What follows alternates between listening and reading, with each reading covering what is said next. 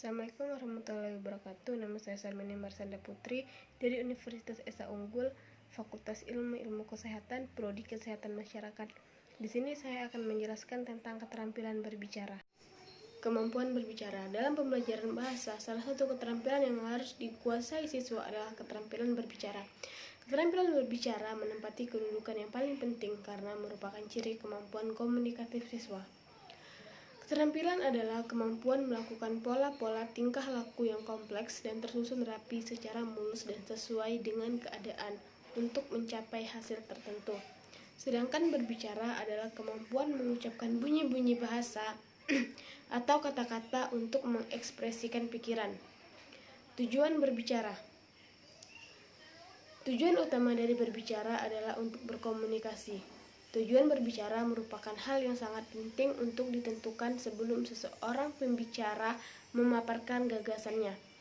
Tujuan berbicara merupakan pedoman bagi pembicara untuk membangun, mengemas, dan menyampaikan idenya untuk sebuah pembicaraan tertentu. Tujuan informatif merupakan tujuan berbicara yang dipilih pembicara ketika ia bermaksud menyampaikan gagasan untuk membangun pengetahuan pendengar. Jenis-jenis berbicara. Pengklasifikasian jenis-jenis berbicara dibedakan sebagai berikut. Berdasarkan situasi pembicaraan, berbicara dibedakan menjadi berbicara formal dan berbicara informal. Berbicara informal meliputi bertukar pengalaman, percakapan, penyampaian berita, pengumuman, bertelepon, dan memberi petunjuk. Adapun berbicara formal meliputi ceramah, perencanaan dan penilaian, wawancara, debat, diskusi, dan bercerita dalam situasi formal. Berdasarkan jumlah pendengar, jenis berbicara dapat dibedakan atas berbicara antar pribadi, berbicara dalam kelompok kecil, dan berbicara dalam kelompok besar. Berbicara antar pribadi terjadi bila seseorang berbicara dengan satu pendengar. Berbicara dengan kelompok kecil terjadi apabila ada sekelompok kecil dalam pembicaraan itu. Berbicara dalam kelompok kecil ini sangat bagus untuk pembelajaran bahasa atau untuk siswa yang malu berbicara. Adapun berbicara dalam kelompok besar terjadi apabila pembicara berhadapan dengan pendengar dalam jumlah yang besar.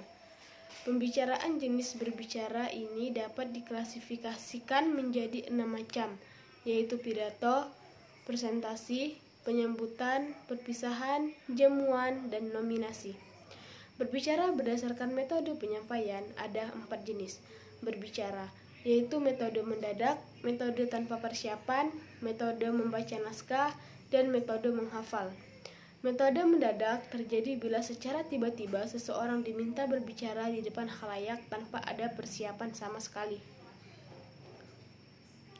Faktor-faktor yang mempengaruhi kemampuan berbicara. Ada beberapa faktor yang mempengaruhi kemampuan berbicara seseorang. Selain itu, kemampuan ini juga berhubungan dengan organ berbicara seseorang.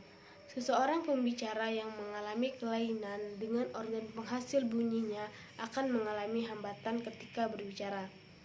Kemampuan psikologis berhubungan dengan kejiwaan pembicara, misalnya keberanian, ketenangan, daya adaptasi psikologis ketika berbicara. Seseorang yang mampu mengemas ide dengan baik bisa saja kurang mampu menyampaikan ide tersebut secara lisan karena terganggu oleh ketenangan ketika berbicara, atau bahkan ia tidak menyampaikan idenya karena tidak memiliki keberanian, gugup, dan mendapatkan tekanan ketika berbicara. Kemampuan performa. Kemampuan performa lebih berhubungan dengan praktik berbicara. Prosedur pembelajaran berbicara. Pembelajaran berbicara yang baik adalah pembelajaran berbicara yang berdasarkan pada proses berbicara itu sendiri. Artinya, pembelajaran berbicara harus dilakukan berdasarkan tahapan berbicara yang secara natural dilakukan dalam kehidupan sehari-hari. Sejalan dengan kondisi ini, pembelajaran berbicara hendaknya dilakukan dengan mempertimbangkan kemasan pembelajaran yang terstruktur dengan baik yang tercermin lewat prosedur pembelajaran yang bertahap. Sejalan dengan uraian di atas, Lyoma mengemukakan bahwa pembelajaran berbicara hendaknya dilakukan dengan orientasi terhadap perkembangan individu. Tahapan perencanaan merupakan tahapan yang harus dilakukan siswa dalam membangun ide dalam pikirannya yang akan disampaikan dalam kegiatan berbicara. Siswa harus dibiasakan untuk memanfaatkan berbagai situasi berbicara dalam kehidupannya sebagai sumber ide baginya untuk berbicara. Kegiatan rutinitas berbicara dan kegiatan interaksi yang dialami siswa selanjutnya harus mampu dikemas oleh siswa menjadi sebuah ide atau rencana informasi yang akan disampaikannya pada saat berbicara. Kesadaran akan wacana pun menjadi bagian penting bagi siswa agar ia mampu dengan tepat memanajemen keterampilan berbicaranya, terutama dalam hal agenda berbicara dan pertukaran peran ketika berbicara.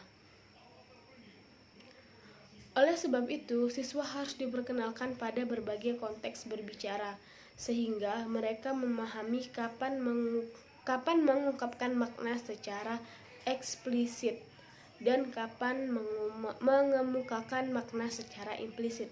Selain itu, siswa harus pula diperkenalkan dengan berbagai gaya dan strategi berbicara, sehingga mereka akhirnya memiliki keterampilan produksi yang baik. Penerapan keterampilan mengemas makna dan menguasai berbagai gaya berbicara ini akan menjadi modal bagi siswa agar kegiatan pembicaraan yang akan dilakukannya mencapai tujuan komunikasi yang diharapkan. Mungkin hanya ini yang bisa saya sampaikan. Terima kasih. Wassalamualaikum warahmatullahi wabarakatuh.